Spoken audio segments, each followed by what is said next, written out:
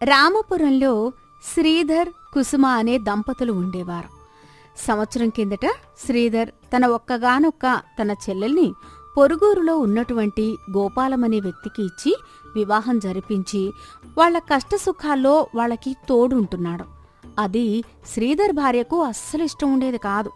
తన భర్త కష్టపడి సంపాదించినటువంటి ధనాన్ని తన చెల్లెల కోసం ఊరికే ఇచ్చేస్తున్నాడు అని లోపల ఈర్ష్యపడుతుండేది.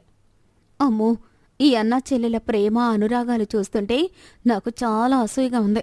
ఏంటో ఈయనగారికి తన చెల్లెల మీద ఉన్న ప్రేమ. ప్రపంచంలో ఈయనగారికి ఒక్కరికే చెల్లెలున్నట్టు. వీళ్ల మధ్య దూరాన్ని పెంచితేగాని నేను ప్రశాంతంగా ఉండలేను. తన చెల్లెల కోసం ఆస్తినంతా ఆరతి కర్పూరంలా కరగదీసి తన చెల్లెలకే పెట్టేస్తున్నాడు అని తన మనసులో అనుకుంటూ ఉంటుంది. ఒకరోజు తన ఇంటికి వచ్చినటువంటి చంద్రికను చూసి ఇలా అంటుంది. ఏంటి అలా ఒకేసారి అకస్మాత్తుగా వచ్చి తగలడ్డావు? తమరికి చాలా రోజులైందేమో మీ అన్నయ్యని చూడక. అలా అంటారేంటి వదినా? ఇక్కడికి రావడానికి నాకు అధికారం లేదు అంటావా?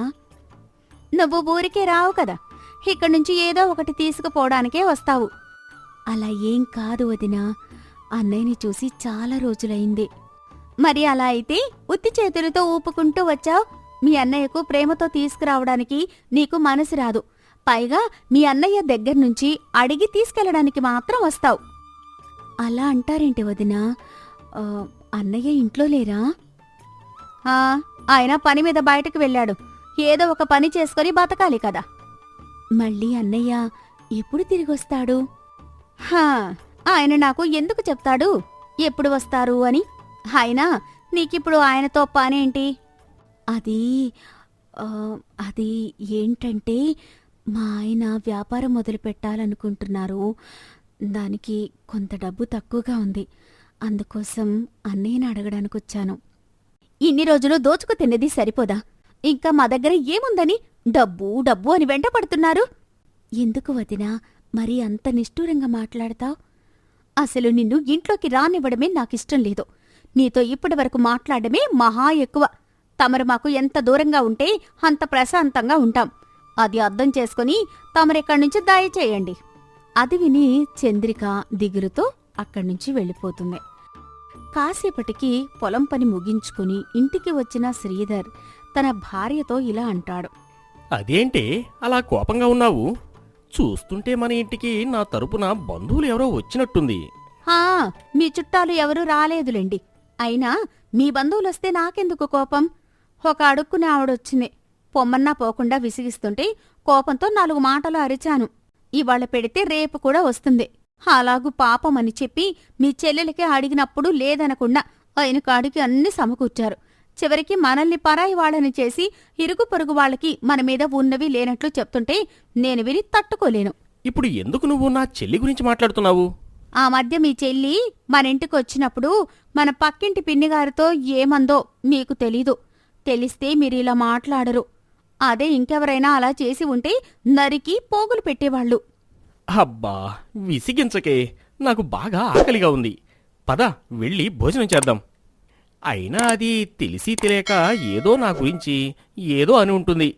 అయినా నాతో పుట్టిందే కదా, నన్నే కదా అన్నది. నీకెందుకు కడుపుమంట? నువ్వేం బాధపడకులే. అవునులేండి, ఎటొచ్చి నేనేగా పరాయిదాన్ని. మీరు ఒక్కటే. మీ చెల్లెలు మీ గురించి నలుగురితో 4 రకాలుగా మాట్లాడుతుంది. అది మాత్రం మీకు పట్టదు. అబ్బబ్బా, ఆపవే నీ నసా. నీ మనసులో నా చెల్లెలిపై ద్వేషాన్ని పెంచుకుంటావని మా చెల్లితో సరిగా మాట్లాడడం లేదు. దానికి మా చెల్లి ఎంత బాధపడుతుందో అది నాకు మాత్రమే తెలుసు. సర్లేండి, ఉన్నమాటంటే ఉలిక్కి పడ్డం మీకు అలవాటే కదా. ఇలా వాళ్లు మాట్లాడుకుంటూ ఉండగా అక్కడికి కుసుమ వాళ్ల అన్నయ్య వస్తారు. బావున్నారా అన్నయ్య? ఇదేనా రావడం? అమ్మా నాన్న అందరూ బావున్నారా? మేమంతా సంతోషంగానే ఉన్నాం తల్లి. నీకు ఒక విషయం చెబుదామని వచ్చాను.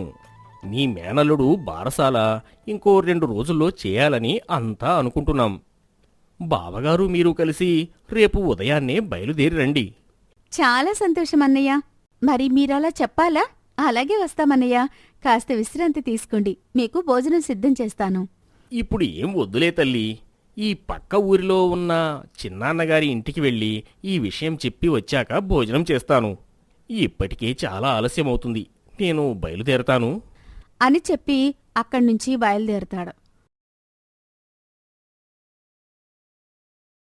సరే, నాకు బాగా ఆకలిగా ఉంది. తొందరగా భోజనం వడ్డించు. అలాగే వడ్డిస్తాను, కాని మీరు త్వరగా భోజనం చెయ్యాలి. మనిద్దరం కలిసి సంతకెళ్ళాలి. అంత అవసరం ఏమొచ్చింది? మొన్నే కదా సంతకెళ్ళి కావలసిన సరుకులు అన్నీ తీసుకుని వచ్చాము. మళ్ళీ ఎందుకు వెళ్ళడం? అలా అంటారేంటి? ఇప్పుడే కదా మా అన్నయ్య వచ్చి చెప్పాడు. అప్పుడే మర్చిపోయారా? నా మేనల్లుడు బారసాలకి నేను కొత్త బట్టలు తీసుకోవాలి. తొందరగా వెళ్దాం పదండి. దానికి ఇంకా చాలా సమయం ఉంది కదా. ఇప్పుడే అంత తొందర ఏమీ వచ్చింది? అయినా ఇప్పుడు నా దగ్గర చిల్లిగవ్వ కూడా లేదు. నీ దగ్గర ఏమైనా డబ్బు ఉంటే చెప్పు, వెళ్దాం. అలా అంటారేంటి? పంట అమ్మి 4 రోజులు కూడా కావట్లేదు. అంత డబ్బు ఉంచుకొని లేదంటావేంటి? అందులో కొంత డబ్బులు తీస్తే సరిపోతుంది కదా. ఇప్పుడు మా అన్నయ్య వాళ్లకు కూడా బట్టలు కొనాలి. లేదంటే నలుగురిలో నా పరువు పోయినంత పనవుతుంది. పంటకు వచ్చిన సొమ్ములో ₹1 కూడా నీకు ఇవ్వడం కుదరదు. అవి మా చెల్లెలకి ఇవ్వాలని జమ చేసిన డబ్బులు. ఇన్ని రోజులు మీ చెల్లెల కోసం ఖర్చు పెట్టిన డబ్బులు సరిపోలేదా? ఇంకా మీ చెల్లెలకే ఖర్చు పెడుతున్నారు. అది నిజమే, కానీ నీకు ఎప్పటి నుండో ఒక విషయం చెప్పాలని అనుకున్నాను. ఇన్ని రోజులు ఆ పొలంలో వస్తున్న ఆదాయమంతా మనము అనుభవిస్తున్నాం, కానీ అవి మనకు చెందవలసినవి కావు. గట్టిగా చెప్పాలంటే ఆ పొలం కూడా మనది కాదు. ఇదేంటి ఇప్పుడు కొత్తగా మాట్లాడుతున్నారు? ఏదో ఆ పొలం మీ చెల్లెల్దే అయినట్టు చెప్తున్నారు. తన ఆస్తి గురించి నీకెందుకు చెప్పాలి? అయినా ఇందాక మా అన్నయ్య ఇంటికి వస్తే పలకరించకుండా అలా చూస్తూ ఉన్నారు. నువ్వు పలకరిస్తున్నావు కదా. మా చెల్లి ఇంటికి వస్తే నువ్వు ఎలా ప్రవర్తించావో నాకు తెలియదనుకున్నావా? నువ్వు పలకరిస్తే ఒకటి, నేను పలకరిస్తే ఒకటా?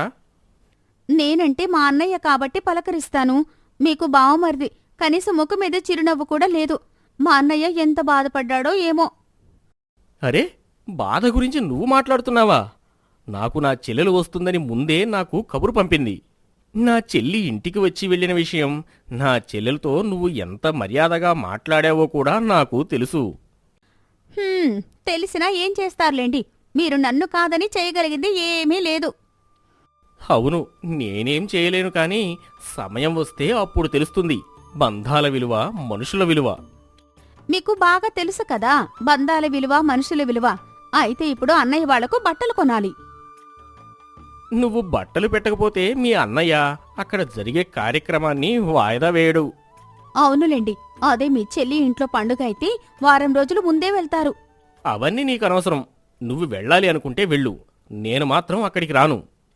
మీరు రాకపోతే పొండి, నేను మాత్రం వెళ్తాను. సరే వెళ్ళు. మీ అన్నయ్య నీకు విలువిస్తాడో, మీ వదిన మాటకి విలువిస్తాడో నీకే తెలుస్తుంది.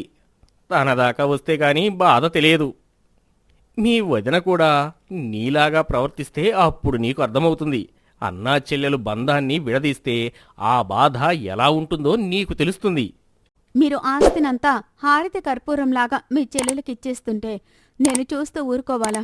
రేపు నాకు పుట్టబోయే పిల్లలకి ఏం పెడతారు? ఎవరిని ఎలా చూసుకోవాలో అది నాకు బాగా తెలుసు. అయినా ఇవన్నీ నీకు చెప్పవలసిన పని నాకు లేదు. నేను మా చెల్లెడి దగ్గరికి వెళుతున్నాను. ఇష్టముంటే రా, లేకపోతే నువ్వు నీ పుట్టింటికి పో. నాకు గతి లేక మీ వెంట తోక ఊపుకుంటూ వస్తాననుకుంటున్నావా? నేను మా ఇంటికి వెళ్ళిపోతాను. పెళ్ళం వదిలి వెళ్ళింది అంటే మీకే పరువు తక్కువ. గతి లేక మీరే వెనక్కి వస్తారు. శ్రీధర్ అక్కడ్నుంచి తన చెల్లెలి ఇంటికి బయలుదేరతాడు. కుసుమ ఒక్కతే తన పుట్టింటికి వెళ్ళిపోతుంది. మీ అన్నయ్య దగ్గరకు వెళ్ళావు కదా, ఏమైంది? ఎందుకలా దిగులుగా ఉన్నావు? నేను మా అన్నయ్య వాళ్ళ ఇంటికి వెళ్ళాను, కానీ మా అన్నయ్యను కలవలేకపోయాను. ఇంట్లో మా వదిన మాత్రమే ఉంది. మా అన్నయ్య పొలం పని మీద బయటకు వెళ్ళాడు. అరే, ఈ మాత్రం దానికి బాధపడాలా? ఈ రోజు కాకపోతే ఇంకొక రోజు మీ అన్నయ్య దగ్గరకు వెళ్ళవచ్చులే. నేను వాళ్ళ ఇంటికి రాకపోతేనే వాళ్ళు సంతోషంగా ఉంటారు అని మా వదిన నా మొహం మీదే చెప్పేసింది. ఏదో ఒకరోజు మీ వదిన కూడా మారుతుంది. తను కూడా నిన్ను అర్థం చేసుకుంటుందిలే. వాళ్ళిద్దరూ అలా మాట్లాడుకుంటూ ఉండగా అప్పుడే అక్కడికి వచ్చాడు చంద్రిక అన్నయ్య. ఇంటికి వచ్చిన అన్నయ్యతో, ఇదేనా అన్నయ్య రావడం? నన్ను క్షమించు చెల్లి. నీ పట్ల వదిన చాలా కటువుగా ప్రవర్తించిందని తెలిసి కూడా నేను ఏమీ చేయలేకపోయాను. ఇందులో నీ తప్పేం లేదు కదా అన్నయ్య. మీరేం బాధపడకండి. వదిన కూడా నాకు తల్లితో సమానమన్నయ్య. నేనెప్పుడూ వదిన మాటల్ని తప్పుగా తీసుకోలేదు. కాసేపు విశ్రాంతి తీసుకో. నేను నీకు వేడివేడిగా తినడానికి ఏమైనా చేస్తాను. ఈలోగా కుసుమను తీసుకుని తన అన్నయ్య చంద్రిక వాళ్ళ ఇంటికి వచ్చాడు. నన్ను క్షమించు చంద్రిక. ఇద్దరి మధ్య ఉన్న అనుబంధాన్ని అర్థం చేసుకోకుండా నిన్ను చాలాసార్లు మా ఇంటికొచ్చినప్పుడు అవమానించాను. అందులో ఏముందిలే వదినా, పొరపాట్లు జరగడం సహజం, కానీ వాటిని అర్థం చేసుకుని ముందుకు వెళ్ళిపోవాలి. అయినా ఇందులో నీ తప్పేముంది? చెప్పుడు మాటలు విని నువ్వు నా మీద ద్వేషాన్ని పెంచుకున్నావు. అది నిజమే కావచ్చు, కాని నేను చేసిన పని వల్ల మీ అన్నా చెల్లెళ్ళు చాలా బాధపడ్డారు. మరి ఇప్పుడు నాకు నా చెల్లెలికి మధ్య ఏం గొడవలు పెడదామని ఈ నాటకాలాడుతున్నావు? అదేంటి బావగారు అలా అంటారు? ఇంకా ఎలా అనాలి? నీ చెల్లెలు నన్ను కాదు అనుకుని మీరు ఉన్నారు అని వచ్చింది కదా. నిజమే బావగారు, తెలియక అలా మాట్లాడింది. ఇప్పుడు తన తప్పు తెలుసుకుంది. కుక్కతోక ఎలా వంకరగా ఉంటుందో నీ చెల్లెలి బుద్ధి కూడా అంతే. ఎంత చెప్పినా అర్థం చేసుకోదు. లేదండి, నేను ఇంకెప్పుడు మీ మనసు నొప్పించే పని చేయను. జరిగిన విషయమంతా నాకు మా అన్నయ్య వివరించారు. ఏంటమ్మా, చూస్తుంటే నువ్వు ఒక్కదానివే వచ్చినట్టు ఉన్నావు. బావగారు రాలేదా? రాలేదు, నేనొక్కదాన్నే వచ్చాను. ఆయన లేకపోతే నేను రాకూడదా ఏంటి? ఇది నా పుట్టిల్లు, ఇక్కడ ఉండే అధికారం నాకు లేదా? అంటూ జరిగిన విషయమంతా చెప్తుంది. నువ్వు ఎంత పెద్ద తప్పు చేశావో నీకు తెలుస్తుందా? అయినా మాకు బట్టలు పెట్టకపోతే ఇప్పుడు కొంపలు ఏమి ఆరిపోతాయి? అదేంటి అలా అంటావ్? మా ఆయన తన చెల్లికి అన్ని సమకూర్చి పెడుతున్నాడు. అలాంటప్పుడు నేను మా అన్నయ్యకు పెట్టకూడదా? మీ ఆయన ఇస్తున్నది నీ సొమ్ము కాదు. నిజానికి బావగారి పేరు మీద 1 ఎకరం భూమి కూడా లేదు. వాళ్ళ నాన్నగారు తన ఆస్తి మొత్తంలో కొంత తన చెల్లెల పేరు మీద రాశాడు. మీ ఆయనేమో తనకు ఇచ్చిన ఆస్తినంతా వ్యాపారాల్లో నష్టం వచ్చి ఆ ఆస్తి అంతా అమ్ముకున్నాడు.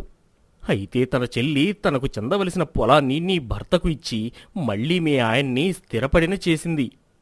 అలా ఆ భూమి మీద వ్యవసాయం చేసి మీ ఆయన అప్పులు తీరుస్తున్నాడు. అంతేకాకుండా సంపాదించిన దానిలో కొంత భాగాన్ని తన చెల్లెల కోసం ఖర్చు పెడుతున్నాడు. ఈ విషయాలన్నీ మీకెలా తెలుసు? మీ పెళ్లికి ముందే నాకు మీ ఆయన మొత్తం చెప్పారు.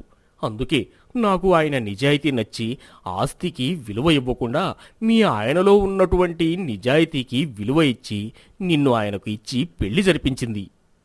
అంటే మీరు చెప్పేది ఇన్ని రోజులు నేను అనుభవిస్తుంది ఆయన చెల్లెల ఆస్తా?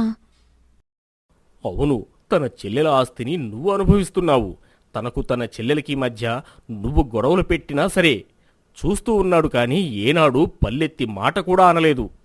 మరి ఈ విషయం నాకు ఎందుకు చెప్పలేదు? తన చెల్లెలు తన అన్నయ్యను నీ ముందు చులకనగా చేయడం ఇష్టం లేదని నీకు చెప్పనీయలేదు అనుకుంటా. నాకు తెలియకుండా నా భర్తను తన చెల్లిని నేను చాలాసార్లు అవమానించాను. అయితే పద, ఇద్దరం వెళ్ళి మీ బావగారిని ఆయన చెల్లెలని క్షమించమని వేడుకొందువు. మా అన్నయ్య ద్వారా నేను ఎంత పెద్ద తప్పు చేశానో అనేది తెలుసుకున్నాను. దయచేసి నన్ను క్షమించండి. చంద్రిక, మీ పెద్ద మనసుతో నన్ను ఈ ఒక్కసారి క్షమించమ్మా. చంద్రిక తన మంచి మనసుతో వాళ్ళని క్షమించి అన్నా వదినను సంతోషంగా కలిసి ఉండేలా చేసింది. ఆ రోజు నుంచి కుసుమ చంద్రికల మధ్య ఉన్నటువంటి మనస్పర్ధలు తొలగిపోయి అన్యోన్యంగా ఉన్నారు.